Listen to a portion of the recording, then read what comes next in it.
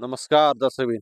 ल हेर्नुहोस्, यो रत्नगर 1 र रत्नगर 4 जोड्ने यो सिमानामा रहेको कोरिडोरमा अहिले यहाँको कङ्क्रिट ढलान भइरहेको छ। यहाँ पनि देखाउनुहोस्, हेर्दै जानुहोस्।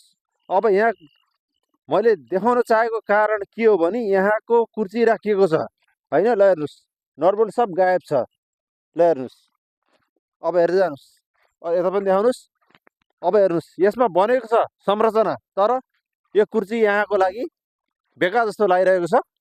यहाँ पनि देखाउनुहोस्, हेर्नुहोस्, यता पनि देखाउनुहोस्, हेर्नुहोस्, माथि पनि देखाउनुहोस्, हेर्नुहोस्, अब यता देखाउनुहोस्। ल हेर्नुहोस्, यो बनेको छ, यहाँ पुरै अन्धकार छ।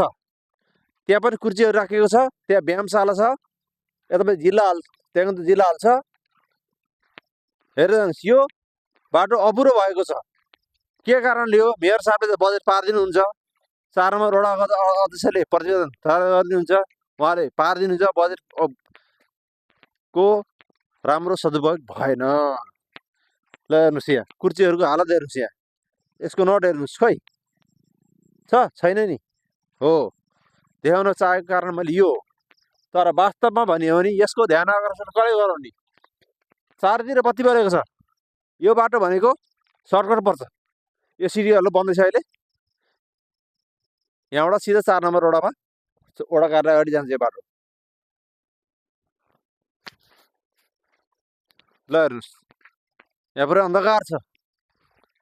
अब हामी अर्को देखाउँछौँ अगाडि।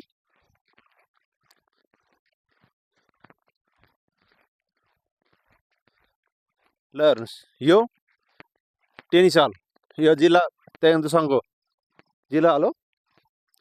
अब यता आउनुहोस्, हो यो व्यायामशाला।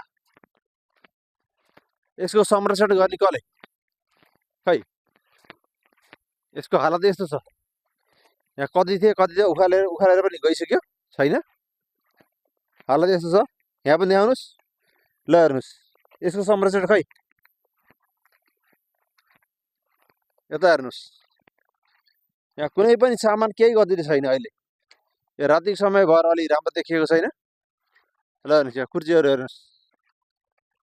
यसरी यस्तो ठाउँमा लाइटको व्यवस्था गर्नुपर्ने हो कि होइन वडाले?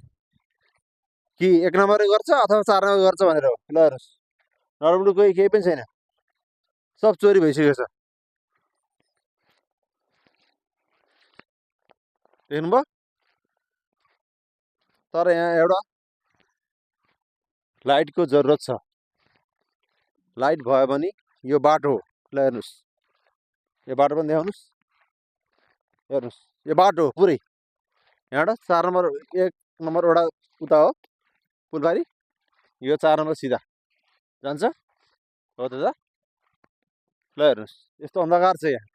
यहाँ धेरैचोटि घटनाहरू घटिसकेका छन् र यहाँ चोरीदेखि लिएर हेर्नुहोस्, यो बाटो बन्यो, तर यहाँबाट बाटो खै, यता हेर्नुहोस्, यहाँबाट बाटो बनेको छैन। यो झाडीबाट को हिँड्छ? ल हेर्नुहोस् त, यो बजेटको कारणले अड्केको अथवा के कारणले अड्केको हो? यो या वडाले ध्यान आकर्षण नगराएर के बनाउन नटेरेको हो वडाले? ल हेर्नुहोस्, यो बाटो यहाँ छ बाटो, तर बनेको छ त्यहाँ संरचना, त्यहाँबाट यसरी कोरिडोरको बाटो त्यहाँ बनियो। उता बत्ती बलेको ठाउँ उतातिर देख्न सक्नुहुन्छ हजुरहरूले। यो बाटो यसरी हुनुपर्ने होइन, तर खैर केही छैन। यो बन्यो, ठिकै छ, यो बन्यो, तर यहाँबाट पुरा गर्नुपर्ने थियो, के कारणले अड्क्यो? ल हेर्नुहोस्, यता यहाँबाट, ल खै यहाँबाट कहाँ जाने? यहाँबाट के झाडी झाडी जाने अब हिँड्ने? त मिल्दैन होला त।